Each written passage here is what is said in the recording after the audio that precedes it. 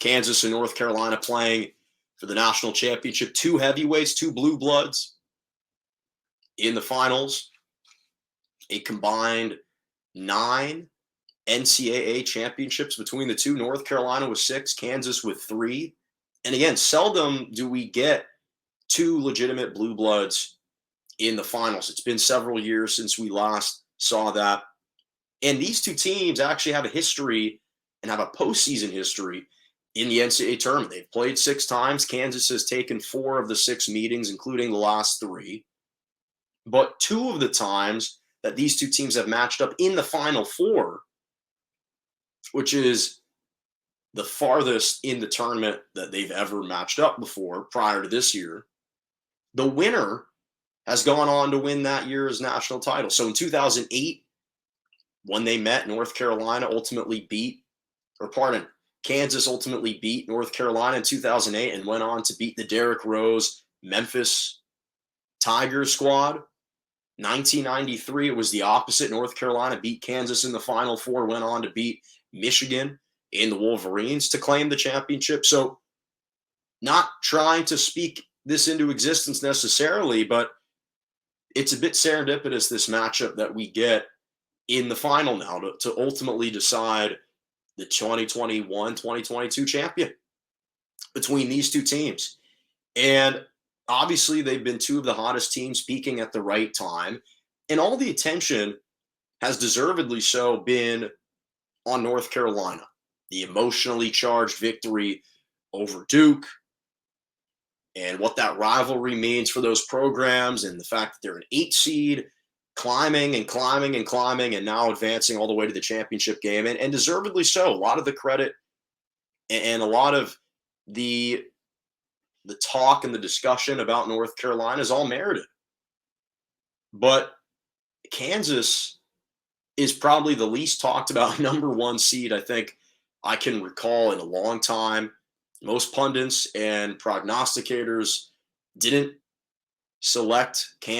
pick Kansas to win the title this year. In fact, they thought that either they or Baylor would be one of the first 1 seeds to lose in the tournament. And obviously they've defied that. They've proved those doubters wrong. And really, when you look at all the teams, and especially all the 1 seeds and how far they advance, and you look at Kansas, they've been one of the most consistent teams all year. Really, from the start of the season to the end of the season, they've always been in the top 10. Bill Self has guided yet another championship-worthy group. And especially in this tournament, they've been the most dominant team in the tournament. They have soundly beaten their opponents. There's only been 1 close call against Providence. They eked out a 66-61 victory. That's the closest margin for Kansas in the entire tournament. The four of the other 5 games were all double-digit victories. 1 other single-digit victory. But they've been extremely, extremely impressive throughout this tournament. And the big reason is because they've been shooting the lights out. They've been shooting the lights out. They've been defending at an extremely high level.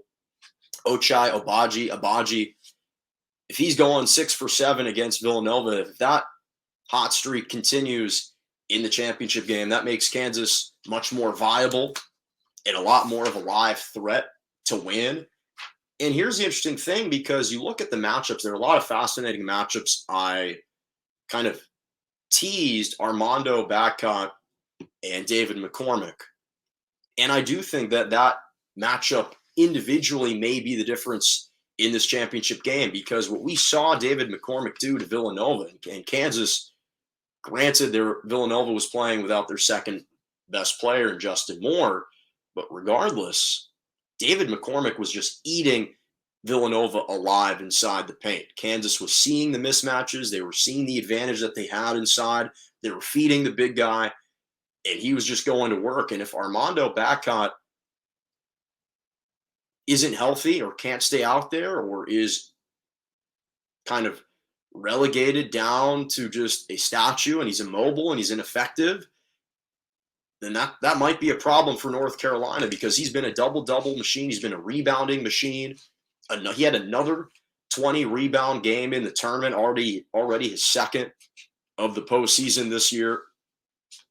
He gifts North Carolina with extra possessions, extra putbacks all the time anchoring the middle. So that matchup between those two guys will set the pace, and I think will set the tone from a rebounding perspective. And that's where a lot of these teams thrive, is their ability to create and generate second possessions, generate extra looks. Those two guys kind of are the catalyst behind that. And then you look at the leadership perspective, and there's another great matchup, RJ Davis and then Remy Martin. And obviously RJ Davis has been really good for North Carolina. And I think, again, against Duke, he was the difference in the first half. He kept the Tar Heels alive in the first half. You could argue Remy Martin has been Kansas's best player in this entire tournament, albeit against Villanova.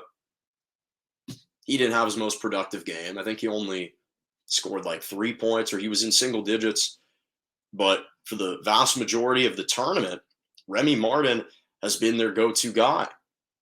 He's been that jump starter. He's been kind of the individual one-man band coming off the bench, exhibiting that leadership. This is a guy who transferred from ASU. He was an underrated transfer that no one talked about. He was one of the best players in the Pac-12 last season. And now he transfers to the Big 12, blue blood program in Kansas, and he's been a huge difference maker.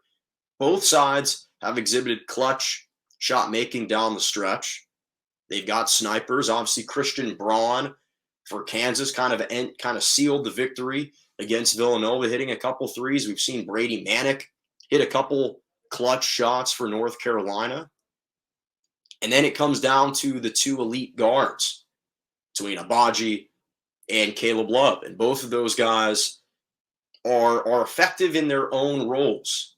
And that's what makes those teams so not only reliant on them, but they affect the game in different ways. Agbaji isn't the same type of scorer as Caleb Love. He's not necessarily trying to dribble it 10, 15 times a possession, go ISO, and create a step back shot. He's trying to score within the rhythm, within the flow of the offense. Caleb Love, and I mean this in the highest compliment, you can just give him the rock and move out of the way and let him go ISO.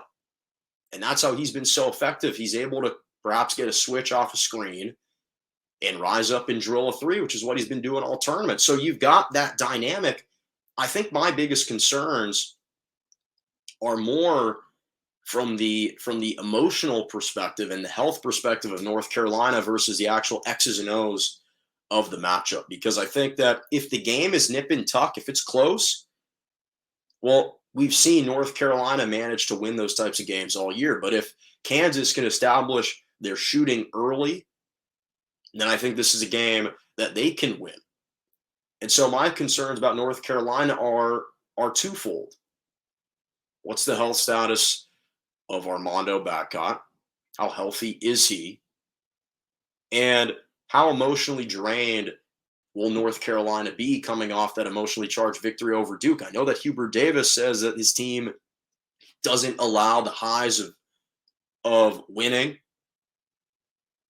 to distract his team from moving on to the next opponent. But it's different when your opponent is Baylor and UCLA and St. Peter's versus when it's Duke. It's simply different. And so that's my kind of biggest concern. But at the end of the day, if I had to choose, as much as I should be picking Kansas, and they've shown me nothing to argue differently or suggest that they wouldn't be able to pull this victory out, as much as that's all true, there's something about North Carolina. There's some kind of cloak of invincibility that they've been wearing, that they've been playing with, the ultimate confidence, the ultimate swagger, that some intangible thing just leads me to believe that they might win, that they're probably going to win this game. I just think they're on this run. Now, obviously, they are not as deep as Kansas. They rely predominantly on their starters, which might prove to be a problem. Kansas is much more of a deeper team. They rely on their bench a little bit more. But either way, I just think that North Carolina is going to find some way to eke it out. But we'll see. Should be a fantastic game tonight.